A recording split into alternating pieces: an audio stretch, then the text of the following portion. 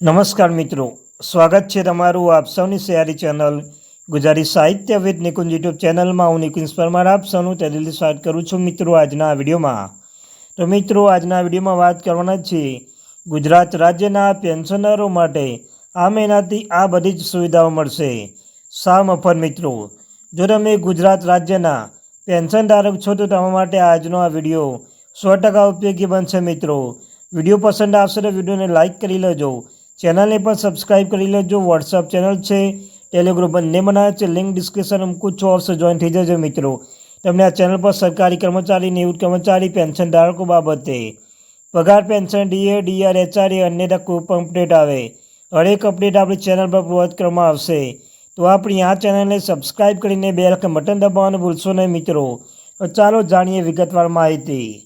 તો સૌપ્રથમ મિત્રો, ગુજરાત રાજ્યના પેન્શન ધારક છો તેમને ઘણા લાંબા સમય સુધી રાહ જોઈ રહ્યા હતા. તેઓની સેવાઓને આ મફત સેવા મળશે. હવે મિત્રો કંઈ પણ બધી જ સેવાઓ ફ્રીમાં મળશે. મિત્રો કઈ સેવાઓ છે તો એ પણ જોઈ લઈએ. આ વય મર્યાદા 65 વર્ષની હતી. મિત્રો રાજ્યના સિનિયર સિટીઝન તરીકે વય મર્યાદામાં 5 વર્ષનો ઘટાડો કરવાનો નિર્ણય જે રાજ્ય સરકાર દ્વારા કરવામાં આવ્યો.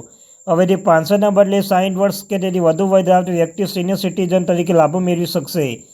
રાજ્યના સામાજિક ન્યાય અને અધિકારિતા વિભાગ દ્વારા સંદર્ભે જારી કરવામાં આવેલા પરિપત્રમાં જણાવ્યું છે કે ભારત સરકાર maintenance of and welfare of parents and senior citizen act 2007નો અમલ રાજ્ય સરકાર દ્વારા સ્વીકારવામાં આવી છે.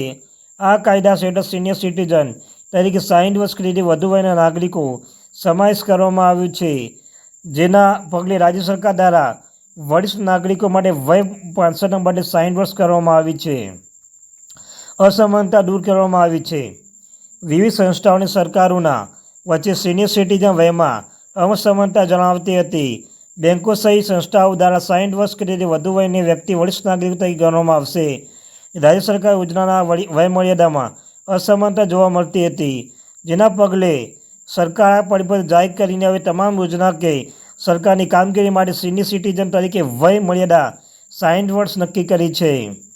આના કારણે કર્મચારીના પગારમાં કેટલો વધારો થશે તેના પર બધાની નજર છે.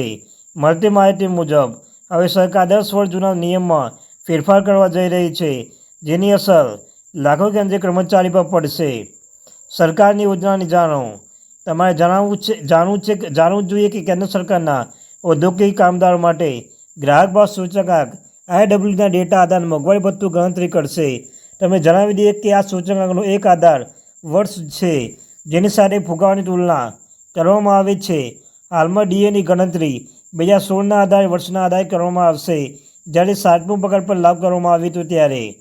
જાણો કેવો ફેરફાર થઈ શકે છે. મિત્રો કર્મચારીની આશા છે કે 8મો પગાર પંચ 1 જાન્યુઆરી 2026થી લાગુ થશે. આવી સ્થિતિમાં એવી શક્યતાઓ છે કે સરકાર ડીએની ગણતરી માટે આધાર વર્ષ 2016ના બદલે 2026 કરી શકે છે. જે સરકાર આમ કરશે તો ડીએની ગણતરી પણ નવેસરથી કરવામાં આવશે, એટલે કે તેથી શૂન્યથી શરૂ થઈ શકશે. મિત્રો આધાર વર્ષ કેમ બદલાઈ રહ્યું છે? જો આપણે છેલ્લા દાયકાની વાત કરીએ તો છેલ્લા દાયકામાં લોકોની ખર્ચ કરવાની રીત અને તેમની જરૂરિયાતો સાથે ફુગાવાનો પર ઘણો ફેરફાર જોવા મળ્યો છે.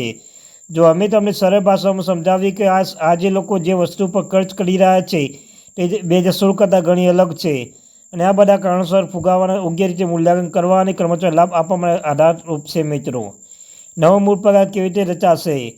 જો સરકાર દ્વારા આધાર વર્ષ સુધારેલો હોય તો ફાયદા એ થશે કે ટેકનિકલ કર્મચારી ડીએ શૂન્ય થઈ શકશે અને 8મો પગાર પર લાગુ થતાની સાથે કર્મચારીને મૂળ પગાર ઉમેરવામાં આવશે, જે તમારા મૂળ પગાર બનશે અને કર્મચારીનો પગાર બમ્પર વધારો જોવા મળશે.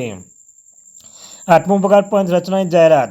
મળતી માહિતી મુજબ કેન્દ્ર સરકાર ટૂંક સમયમાં 8મો પગાર પંચની પેનલ રચના જાહેરાત કરી શકે છે. આ પેનલ સરકાર પોતાની ભલામણ આપશે, જેમાં પેનલમાં 15થી 18 મહિના સમય લાગી શકે છે.